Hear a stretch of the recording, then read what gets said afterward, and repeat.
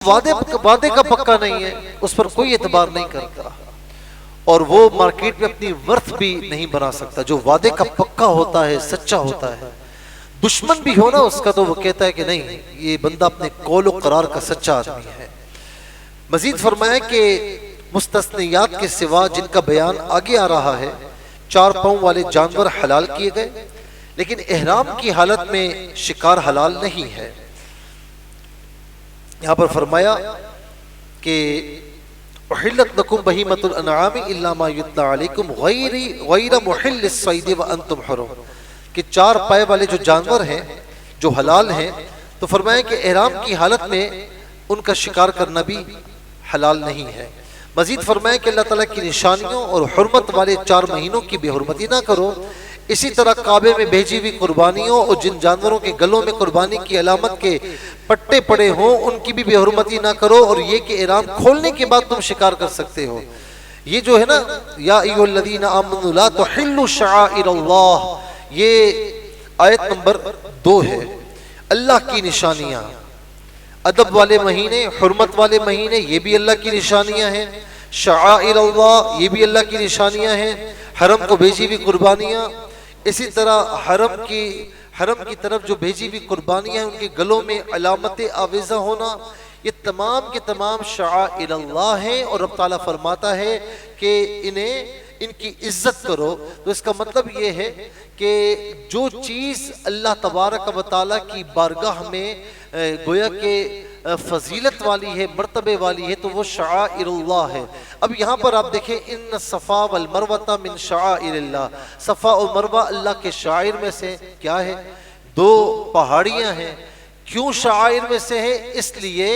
کہ وہاں پر سیدہ ہاجرہ رضی اللہ تعالی عنہا جو ہے وہ چلی تھی اور دوڑی تھی، تو اسے شعائر اللہ کہا گیا۔ اس کا مطلب ہے کہ اللہ کے پیاروں سے بھی جن چیزوں کو نسبت حاصل ہو جائے تو وہ بھی شعائر اللہ کا جو ہے وہ کہلاتے ہیں، جیسے اللہ تعالیٰ کے اولیاء کے مزارات، یہ بھی شعائر اللہ ہیں۔ پھر اس کے بعد اللہ رب العالمین نے فرمایا کہ نیکی کے کاموں میں ایک دوسرے کی مدد کرنے اور گناہ اور ظلم کے کاموں میں مدد نہ کرنے کا اللہ رب العالمین نے حکم دیا۔ وَتَعَاوَنُوا عَلَى الْبِرِّ وَالتَّقْوَى وَلَا تَعَاوَنُوا عَلَى الْإِثْمِ وَالْعُدْوَانِ، یہ آیت نمبر 2 ہے۔ فرمایا کہ نیکی کے کاموں میں تعاون کیا کرو، ایک دوسرے کی مدد کیا کرو، لیکن گناہ کے معاملات میں ایک دوسرے کے ساتھ تعاون نہ کرنا۔ یہ آیت مبارکہ جوامع الکلم میں سے ہے۔ ہر خیر و شر، بھلائی اور برائی کا اس آیت مبارکہ میں بڑے اختصار کے ساتھ تذکرہ کر کے قرآن مجید نے تمام کاموں کے لیے ایک اصل اور ضابطہ قرار دے دیا۔ کیا؟ آیت نمبر 3 میں محرمات قطعیہ کا بیان ہے، جو یہ ہے وہ حلال جانور جو طبعی موت مر گیا اور ذبح نہ کیا جا سکا، یعنی مردار، وہ حرام ہے۔ نمبر 2 ذبح کے وقت بہنے والا خون، یہ بھی حرام ہے۔ نمبر 3 خنزیر کا گوشت، یہ بھی حرام ہے۔ نمبر 4 جس جانور پر ذبح کرتے وقت غیر اللہ کا نام لیا جائے، وہ بھی حرام ہے۔ نمبر 5 وہ حلال جانور جو گلا گھونٹنے سے مرے، وہ بھی حرام۔ وہ حلال جانور جو چوٹ لگنے سے مرے، وہ بھی حرام۔ وہ حلال جانور جو بلندی سے گر کر مر گیا، وہ بھی حرام۔ وہ حلال جانور جسے دوسرے جانور نے سینگوں کی چوٹ سے مار دیا ہو، وہ بھی حرام۔ وہ جانور نمبر 9 جسے درندوں نے کھایا ہو، وہ بھی حرام۔ نمبر 10 وہ حلال جانور جو بتوں کے تھان پر ذبح کیا گیا ہو، وہ بھی حرام۔ اور نمبر 11 فال کے تیروں سے قسمت کا حال معلوم کرنا۔ تو یہ اس میں آپ دیکھیں کہ اللہ تبارک و تعالیٰ نے وہ چیزیں کہ جو حرام ہیں ان کا بیان فرمایا۔ اب یہ بات یاد رکھیں کہ حلال جانور ہے جو جس کا گلا گھونٹ دیا گیا، حلال جانور جو چوٹ جس پر سخت قسم کی چوٹ آئی، وہ حلال جانور جو بلندی سے جو ہے وہ گرا، وہ حلال جانور جسے دوسرے جانور نے سینگوں کی چوٹ سے مارا۔ اب ان تمام صورتوں میں کوئی مسلمان وہاں پر پہنچا اور اس نے فوراً ہی بسم اللہ اللہ اکبر کہتے ہوئے اسے ذبح کر دیا تو وہ حلال ہو گیا۔ لیکن اگر سینگوں سے مر گیا، بلندی سے گرا، مر گیا اور اسے ذبح نہ کیا جا سکا تو پھر وہ حرام ہوتے ہیں۔ یہی وہ آیت مبارکہ ہے جس میں مسلمانوں کے لیے ایک اعزازی اعلان ہوا کہ آج میں نے تمہارا دین تمہارے لیے مکمل فرما دیا ہے۔ اليوم اکملت لکم دینکم واتممت علیکم نعمتی، تو فرمایا کہ تم پر اپنی نعمت کو پورا کر دیا، تمہارے لیے اسلام کو بطور دین پسند کر لیا۔ قرآن سے پہلے کسی الہامی کتاب میں تکمیل دین کا اعلان نہیں ہوا تھا۔ اسی آیت میں بتایا کہ حالت اضطرار میں بقائے جان کے لیے، جان کی بقا کے لیے بقدر ضرورت حرام چیز کا کھانا جائز ہے۔ اسی صورت میں شکاری کتوں کے ذریعے شکار کیے گئے حلال جانور کے حکم کو بیان کیا گیا، اور اس میں ذرا سی تفصیل آپ کی خدمت میں یہ عرض کر دوں کہ جو جانور یعنی کتا سدھایا جاتا ہے، اسے سدھار لیا جاتا ہے، تو اسے جو ہے وہ اس کا بیان یہاں پر ہے۔ فرمایا کہ وَمَا عَلَّمْتُم مِّنَ الْجَوَارِحِ، جو شکاری جانور تم نے سدھار لیے، مُكَلِّبِينَ تُعَلِّمُونَهُنَّ مِمَّا عَلَّمَكُمُ اللَّهُ، تو تم نے انہیں شکار پر دوڑاتے، جو علم تمہیں خدا نے دیا اس میں سے تم نے انہیں سکھا دیا۔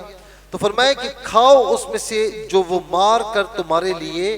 رہنے دیں۔ اس سے مراد کیا ہے؟ مثال کے طور پر فرمایا کہ جب عام طور پر یعنی کتا ہے یا شاہین ہے، جسے ہم جو ہے وہ باز بھی کہتے ہیں، اس طرح کسی بھی جانور کو کسی نے سدھار لیا، اب وہ شکاری ہے، شکرا بھی ہے اس میں، تو اب جب انہیں اس طرح سدھار لیا جائے تو جو شکار کرے اس میں سے وہ نہ کھائے، نہیں انہوں نے شکار کر لیا اس میں سے نہ کھائے، اور جب شکاری انہیں چھوڑے تو اس میں بھی حکم یہ ہے کہ چھوڑتے وقت بسم اللہ اللہ اکبر کہہ دے، ٹھیک ہے نا۔ اب وہ شکاری پرندہ گیا، شکار کر کے لایا، اگر آیا تو زندہ تھا تو اسے پھر ذبح کر کے کھا لے پکا کے، اور اگر وہ لایا زندہ نہیں تھا تو چونکہ آپ نے بسم اللہ اللہ اکبر کہہ کر چھوڑا، تو اب یہ جانور جو وہ شکار کر کے لائے گا یا پرندہ، وہ آپ کے لیے حلال ہوگا، بشرط ہے کہ وہ حلال بھی ہو، ٹھیک ہے۔ تو اس کا بیان اللہ رب العالمین نے یہاں پر جو ہے وہ آیت نمبر 4 میں فرمایا۔ اس کے بعد آیت نمبر 5 میں بتایا کہ مسلمانوں کا کھانا اہل کتاب کے لیے حلال ہے، اور اہل کتاب کا کھانا مسلمانوں کے لیے حلال ہے، بشرط کہ وہ کھانا اپنی اصل کے اعتبار سے حلال ہو اور اس میں کسی حرام کی آمیزش نہ ہو۔ اسی آیت میں یہ حکم بھی بیان ہوا کہ اہل کتاب کی آزاد پاک دامن عورتوں سے مسلمانوں کا نکاح بھی جائز ہے۔ اب آیت نمبر 5 میں جو یہ فرمایا نا کہ وَطَعَامُ الَّذِينَ أُوتُوا الْكِتَابَ حِلٌّ لَكُمْ وَطَعَامُكُمْ حِلٌّ لَهُمْ، اور کتابیوں کا کھانا تمہارے لیے جائز ہے اور تمہارا کھانا ان کے لیے جائز ہے۔ اب یہاں پر ایک بات نوٹ کر لیں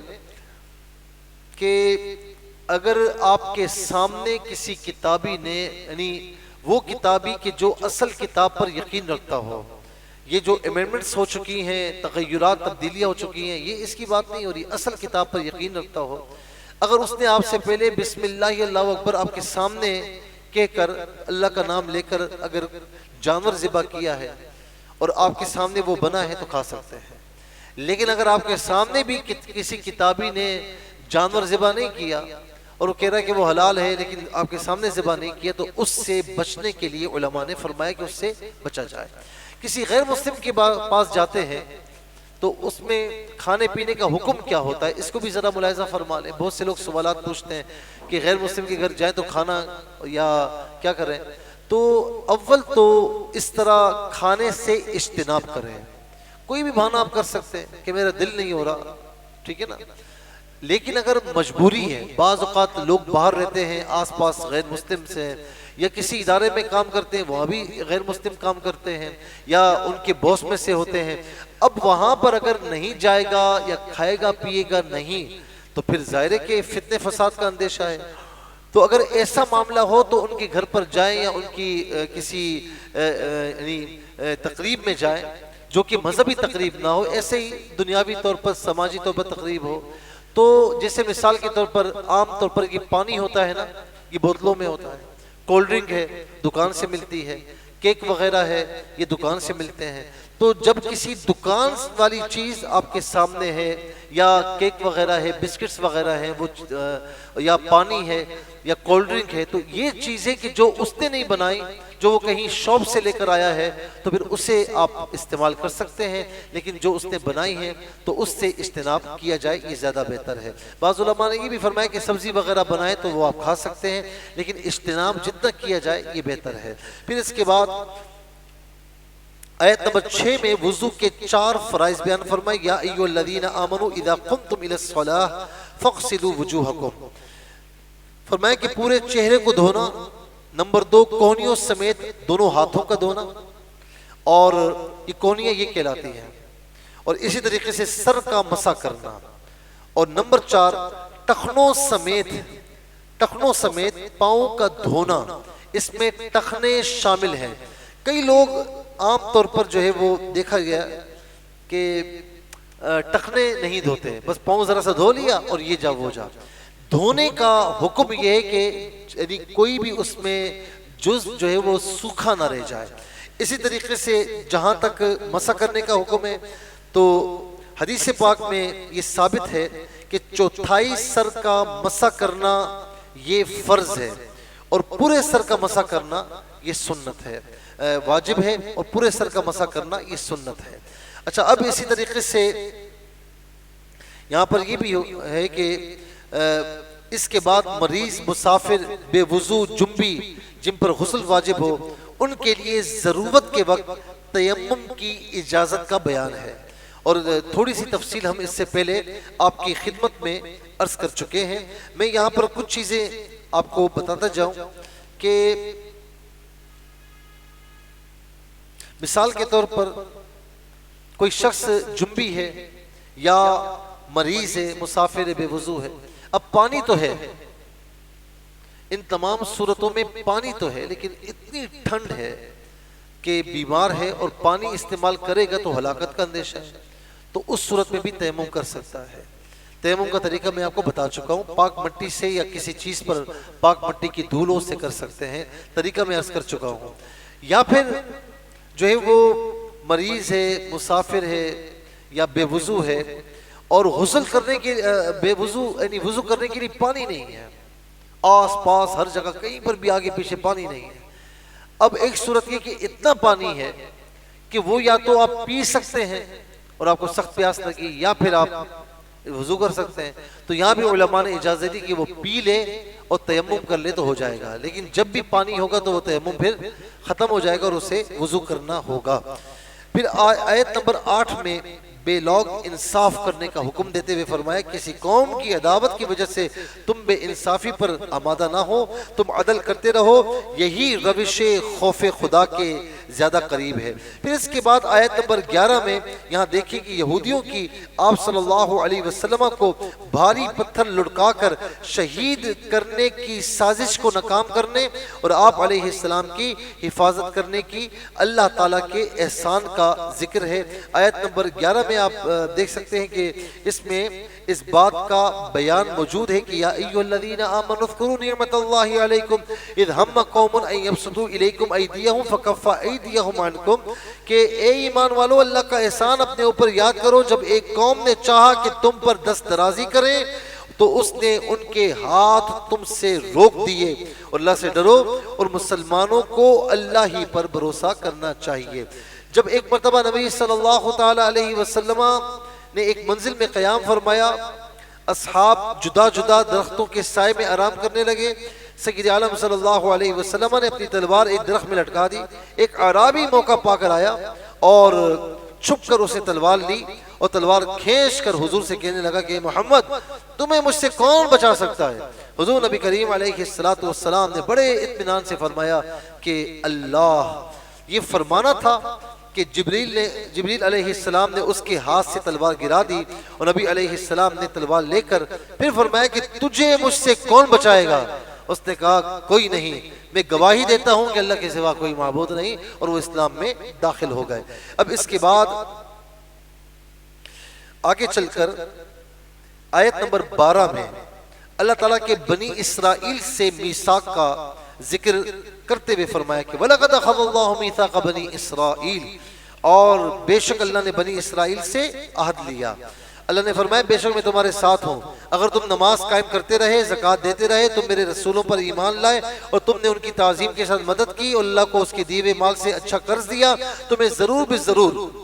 تم سے تمہارے گناہوں کو مٹا دوں گا اور میں تم کو ضرور ان جنتوں میں داخل کروں گا جن کے نیچے سے دریا بہتے ہیں۔ اس کے بعد پھر بنی اسرائیل کی عاشقی، سنگ دلی، کلام اللہ میں تحریف کرنے پر جو ہے ان پر اللہ تعالیٰ کی لعنت کا ذکر ہے۔ پھر اس کے بعد آگے چل کر میثاق الہی کے بڑے حصے کو بھلا دینے کی پاداش میں ان کے درمیان قیامت تک کے لیے بغض و عداوت اور منافرت پیدا فرمائی۔ اہل کتاب کے جرائم تو بہت زیادہ ہیں، لیکن یہاں ان کے بہت کم جرائم کو بیان کیا گیا کیونکہ مقصود ان کی اصلاح ہے، نہ کہ ان کے جرائم کی تشہیر۔ پھر ارشاد باری تعالیٰ ہوا کہ بے شک تمہارے پاس اللہ کی طرف سے نور نبوت اور روشن کتاب آئی، اللہ اس کے ذریعے سلامتی کے راستوں پر ان لوگوں کو چلاتا ہے جو اس کی رضا کی پیروی کرتے ہیں اور اپنے اذن سے ان کو اندھیروں سے نکال کر روشنی کی طرف لاتا ہے اور ان کو سیدھے راستے کی طرف ہدایت دیتا ہے۔ پھر آیت نمبر 17 میں اللہ رب العالمین نے مسیح ابن مریم علیہ السلام ان کو الہ قرار دینے والوں کو کافر قرار دے دیا، یہاں پر کافر قرار دے دیا اور بڑے واضح انداز میں فرما دیا کہ لَقَدْ كَفَرَ الَّذِينَ قَالُوا إِنَّ اللَّهَ هُوَ الْمَسِيحُ ابْنُ مَرْيَمَ، بے شک وہ کافر ہو گئے کہ جنہوں نے یہ کہا کہ اللہ مسیح ابن مریم ہی ہے، معاذ اللہ۔ اور فرمایا کہ بفرض محال اللہ مسیح ابن مریم اور ان کی ماں کو ہلاک کرنا چاہے تو ساری زمین والے مل کر بھی انہیں نہیں بچا سکتے۔ پھر یہود و نصارہ کی اس خوش فہمی اور زعم باطل کا رد فرمایا کہ وہ اللہ کے بیٹے اور اس کے محبوب ہے، فرمایا کہ تم بھی تمام انسانوں میں سے ہو۔ اہل کتاب کو مخاطب کر کے فرمایا کہ انبیاء کی بعثت کے بعد ایک فترت، ایک گیپ نبوت اور رسالت کے یعنی ایک گیپ آتا ہے کہ جس کو زمانہ فترت کہتے ہیں، جس میں کوئی نبی جو ہے وہ مبعوث نہیں ہوتے۔ تو فرمایا کہ جب یہ دور آیا تو ہم نے اپنے رسول صلی اللہ علیہ وسلم کو مبعوث فرمایا۔ عیسیٰ علیہ السلام کے تقریباً کم و بیش 550 برس کے بعد آقا علیہ السلام دنیا میں تشریف لائے۔ فرمایا تاکہ تم یہ نہ کہہ سکو کہ تو ہمارے پاس کوئی بشیر و نذیر نہیں آیا، سو اب تمہارے پاس اللہ کی رحمت کی بشارت دینے والے اور اس کے عذاب سے ڈرانے والے آخری رسول محمد صلی اللہ علیہ وسلم تشریف لا چکے ہیں۔ پھر آیت نمبر 21 تا 26 اس بات کا ذکر ہے کہ بنی اسرائیل کو مقدس سرزمین میں داخل ہونے کا حکم ہوا۔ انہوں نے کہا کہ موسیٰ اس سرزمین میں تو بڑی بڑی جسامت والے لوگ ہیں، جب تک ان کو نکال نہ دیا جائے ہم داخل نہیں ہوں گے، لہٰذا آپ اور آپ کا رب جائیں اور دونوں ان سے جنگ کریں، بے شک ہم یہیں پر بیٹھنے والے ہیں۔ یہ آیت نمبر 22 سے یہ ذکر ہو رہا ہے۔ قالوا یا موسیٰ ان فیہا قوما جبارین وَإِنَّا لَن نَدْخُلَهَا حَتَّى يَخْرُجُوا مِنْهَا فَإِن يَخْرُجُوا مِنْهَا فَإِنَّا دَاخِلُونَ۔ تو یہ انہوں نے کہا، تو موسیٰ جب اپنی قوم سے مایوس ہو گئے تو اللہ کی بارگاہ میں عرض کی کہ اے پروردگار، میرا بس تو صرف اپنے آپ پر اور بھائی ہارون پر چل سکتا ہے، بس میرے اور میری نافرمان قوم کے درمیان فیصلہ فرما دیجئے۔ بنی اسرائیل کی ان نافرمانیوں کی پاداش میں 40 سال تک ان پر مقدس سرزمین کو حرام کر دیا گیا اور وہ زمین میں یوں ہی بھٹکتے رہے۔ تو اس بات کا ذکر، ان واقعات کا ذکر ان آیات میں ہے، آیت نمبر جو ہے وہ 21 سے لے کر 26 تک۔ پھر 27 سے لے کر 31 تک آدم علیہ السلام کے 2 بیٹوں کا واقعہ ہے۔ فرمایا کہ وَاتْلُو عَلَيْهِمْ نَبَأَ ابْنَيْ آدَمَ بِالْحَقِّ إِذْ قَرَّبَا قُرْبَانًا۔ اب ہوا یہ کہ دونوں نے اللہ کی بارگاہ میں قربانی پیش کی، اور ہم پہلے یہ بتا چکے ہیں کہ یہاں پر حابیل اور قابیل 2 بیٹے تھے، اور دونوں کا جو نکاح آدم علیہ السلام نے فرمانا چاہا تو قابیل مصر ہوا کہ جو حابیل کے ساتھ جس کا نکاح کیا جا رہا ہے میں اسے جو ہے اس سے نکاح کروں گا۔ آدم علیہ السلام نے فرمایا کہ تیری سگی بہن ہے تو اس سے نکاح نہیں کر سکتا، تو لہٰذا اس کے باوجود وہ اس پر مصر رہا۔ تو فرمایا قربانی کر لو، جسے قربانی قبول ہوگی تو ٹھیک ہے، وہ پھر اس کی بات مانی جائے گی۔ جب قربانی کی گئی تو قربانی قابیل کی رد ہوئی، اور اللہ تبارک و تعالیٰ نے حابیل رضی اللہ تعالی عنہ کی قربانی جو ہے وہ قبول فرمائی۔ اس بات کا ذکر بھی یہاں پر جو ہے وہ موجود ہے۔ اس میں بتایا گیا کہ قربانی کیا کیا تھی۔ اس کے بارے میں کہا گیا کہ قابیل نے گندم اللہ کی راہ میں دی، اور جو ہے وہ حابیل نے ایک بکری قربانی پیش کی، تو حابیل کی قربانی کو آسمانی آگ نے جو ہے وہ لے لیا اور قابیل کی قربانی کو چھوڑ دیا۔ تو اس کا مطلب یہ تھا کہ وہ غلط تھا۔ اس زمانے کی شریعتوں میں قربانی کی قبولیت کی علامت یہی تھی کہ آسمان سے آگ آتی اور اسے جلا ڈالتی۔ قابیل جیسی قربانی رد ہو گئی، اس نے غصے میں اپنے بھائی حابیل کو قتل کر دیا۔ اس قربانی کا پس منظر کتب تفسیر میں مذکور ہے۔ پھر قابیل کو سجائی نہیں دے رہا تھا کہ اپنے بھائی کی لاش کے ساتھ کیا کرے، پھر اللہ تعالیٰ نے کوا بھیج کر اسے لاش کو زمین میں دفن کرنا سکھایا۔ اس کا بیان آیت نمبر 31 میں ہے، فَبَعَثَ اللَّهُ غُرَابًا يَبْحَثُ فِي الْأَرْضِ، تو اللہ نے کوا بھیجا زمین کو ریتتا کہ اسے دکھائے کہ کیسے اپنے بھائی کی لاش کو چھپائے۔ پھر اس کے بعد یہ بھی فرمایا اگلی آیت کریمہ میں کہ كتبنا على بني اسرائيل انه من قتل نفسا بغير نفس او فساد في الارض فكانما قتل الناس جميعا ومن احياها فكانما احيا الناس جميعا۔ آیت نمبر 32 فرمایا کہ اس وجہ سے ہم نے بنی اسرائیل پر لکھ دیا کہ جس شخص نے جان کے بدلے کے بغیر، یعنی حق کے قصاص کے بغیر یا زمین میں فساد پھیلانے کے جرم کے بغیر کسی انسانی جان کو قتل کیا تو گویا کہ اس نے تمام انسانوں کو قتل کیا، یعنی خامخواہ کسی انسان کو مارا، ایک انسان کو مارا تو فرمایا کہ پوری انسانیت کو اس نے قتل کیا۔ ایسا کیوں فرمایا؟ اور اس کے بعد یہ بھی فرمایا کہ وَمَنْ أَحْيَاهَا، جس نے ایک کی زندگی بچائی تو اس نے پوری انسانیت کی زندگی بچائی۔ کیوں؟ کہ عام طور پر جو ذی شعور بندہ ہوتا ہے نا، رحم دل ہوتا ہے، آپ اس کے دشمن کو اس کے پاس لے آئیں اور کہیں کہ اسے مار دے، اور دشمن قابو میں ہو، وہ تب بھی نہیں مارے گا، کہے گا نہیں یار میں مار نہیں سکتا ہوں، اسے رحم آ جائے گا، رحم آ جائے گا۔ لیکن جو ایک مرتبہ قتل میں ملوث ہو جائے اور اس نے واقعی قتل کیا تو اس کا ذہن کھل جاتا ہے۔ تو کہا کہ گویا کہ جس نے ایک کو مارا اگر اسے موقع ملتا تو وہ سب کو مارتا، اس لیے فرمایا کہ جس نے ایک کو مارا اسے پوری انسانیت کو مارا، اور جس نے ایک کو زندگی بخشی اگر اس کا بس چلتا تو وہ سب کو زندگی بخشتا، اسی لیے فرمایا کہ جس نے ایک کی زندگی بخشی تو گویا کہ اس نے پوری انسانیت کو زندگی بخشی۔ انسانیت کے سب سے بڑے جرم جسے آج کل دہشت گردی کہا جاتا ہے، اس کی حد کو اللہ رب العالمین نے جو ہے وہ اسے اللہ اور اس کے رسول کے خلاف جنگ قرار دے کر ان کلمات میں بیان فرمایا کہ جو لوگ اللہ اور اس کے رسول سے جنگ کرتے ہیں، زمین میں فساد پھیلاتے ہیں، دہشت گردی کرتے ہیں، ان کی سزا یہی ہے کہ ان کو چن چن کر مارا جائے۔ باقاعدہ الفاظ ہیں ان یقتلوا او یصلبوا، فرمایا کہ چن چن کر انہیں مارا جائے یا ان کو سولی دی جائے یا ان کے ہاتھ ایک جانب سے اور پیر دوسرے جانب سے کاٹے جائیں یا ان کو زمین سے نکال دیا جائے، قید کر دیا جائے، یہ ان کے لیے دنیا میں رسوائی ہے اور آخرت میں بڑا عذاب ہے۔ آیت نمبر 35 میں اہل ایمان کو تقوی اختیار کرنے اور اللہ کی بارگاہ میں نجات کا وسیلہ تلاش کرنے کا حکم دیا، یا ایھا الذین آمنوا اتقوا اللہ وابتغوا الیہ الوسیلہ۔ پھر اس کے بعد آیت نمبر 36 میں فرمایا کہ کوئی شخص سارے روئے زمین کا مالک ہو جائے اور اتنی ہی دولت اسے اور مل جائے اور وہ یہ سب کچھ اپنی جان کے فدیے کے طور پر دے دے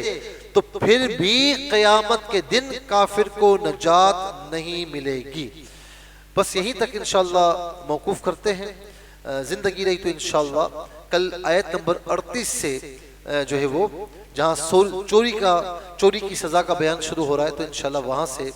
جو ہے وہ آغاز کریں گے۔ اللہ تبارک و تعالی ہم سب کو قرآنی برکتوں سے مالا مال فرمائے اور اللہ رب العالمین ہمیں روزانہ اسی طرح اپنی پاک کتاب سے جڑے رہنے کی توفیق نصیب فرمائے اور اس کے احکامات پر ہمیں عمل پیرا ہونے کی توفیق نصیب فرمائے۔ آمین بجاہ النبی الامین وما علیہ الا البلاغ المبین۔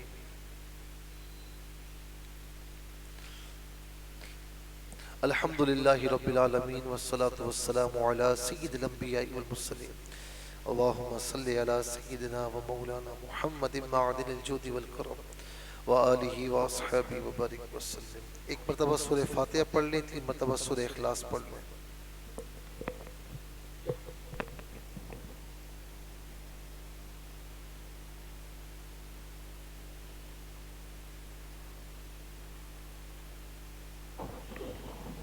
یا الہ العالمین ہم سب کی نماز تراویح اپنی بارگاہ میں قبول فرما۔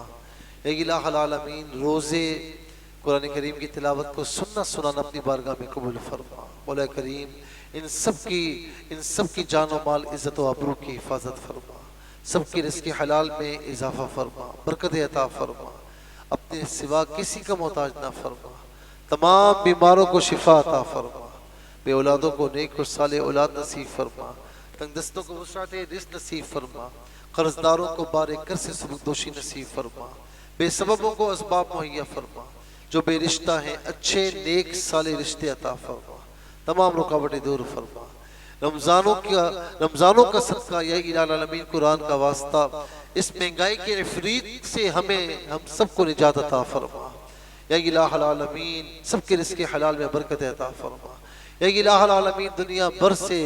جو احباب دعاؤں کے لیے کہتے ہیں، باقاعدہ میسیجز کرتے ہیں، سب کی دعائیں مقبول فرما، سب کی پریشانیاں دور فرما، بار بار حرمین طیبین کی زیارت نصیب فرما، حرمین طیبین میں ایمان بالخیر موت نصیب فرما، ہماری ایک دعا پر فرشتوں کی آمین فرما۔ دعا فرمائے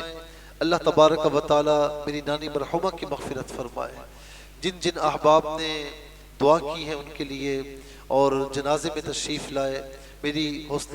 مجھے حوصلہ دیا، یا الہ العالمین ان سب پر اپنا خاص فضل و کرم فرما۔ یا الہ العالمین جو احباب مجھے میسیجز کرتے ہیں دعاؤں کے لیے، یا الہ العالمین ان کی دعائیں مرحومہ کے حق میں مقبول فرما۔ یا الہ العالمین ان کو جنت الفردوس میں اعلیٰ مقام نصیب فرما، قبر کی ہر منزل آسان فرما، بار بار ہم سب کو حرمین طیبین کی زیارت نصیب فرما، حرمین طیبین میں ایمان بالخیر موت نصیب فرما، ہماری ایک دعا پر فرشتوں کی آمین فرما۔ وصلی اللہ تعالی علی خیر خلق محمد وآلہ وصحبہ اجمعین برحمتک یا